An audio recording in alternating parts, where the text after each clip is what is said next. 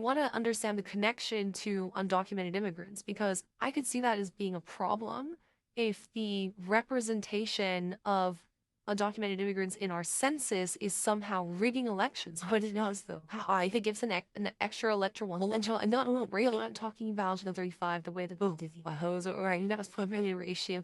I looked at the numbers today, and I'm happy to dig in my phone. But California would have lost seats in the 2020s census were it not for illegal aliens. Understood. Even if it were 1 to 2 seats, I think that's 1 to 2 seats too many.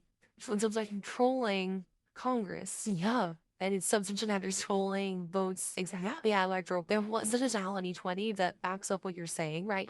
But you're not saying that like undocumented immigrants are like voting. I'm not saying that's not something I also haven't said. It's like paying an allocation of resources. Like, and the more populous a state is, the more money they get. Right. So there's how much is why there are deeply deep pocketed, deep vested interests trying to fund these riots to make it seem like popular consensus is behind them. When there's they are using illegal aliens to juice up the censorship, which is why they are fighting so hard for these riots, these no kings, the LA riots, which I mean the underlying galvanizing force is that they want to make illegal aliens not illegal. Well, a lot of it is CCP, and I really don't believe that we're already in a colonial journey to shoot a single bomb to be able to cause chaos and destruction in a place. China's doing it in many ways. Just bring it back to the beginning. Yeah, go back to Cuomo's clip.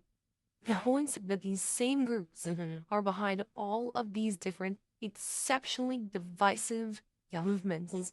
Never once. So as we look at each other and we're tearing each other to shreds as though it's red and blue, or white and black, or gay and straight, or Israel and Palestine.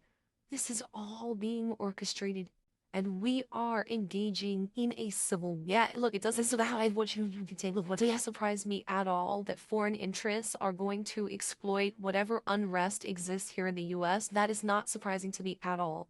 But I do want to just quickly go back to the issue that Lindy brought up, and I want to stay on that topic because we're kind of all over the place.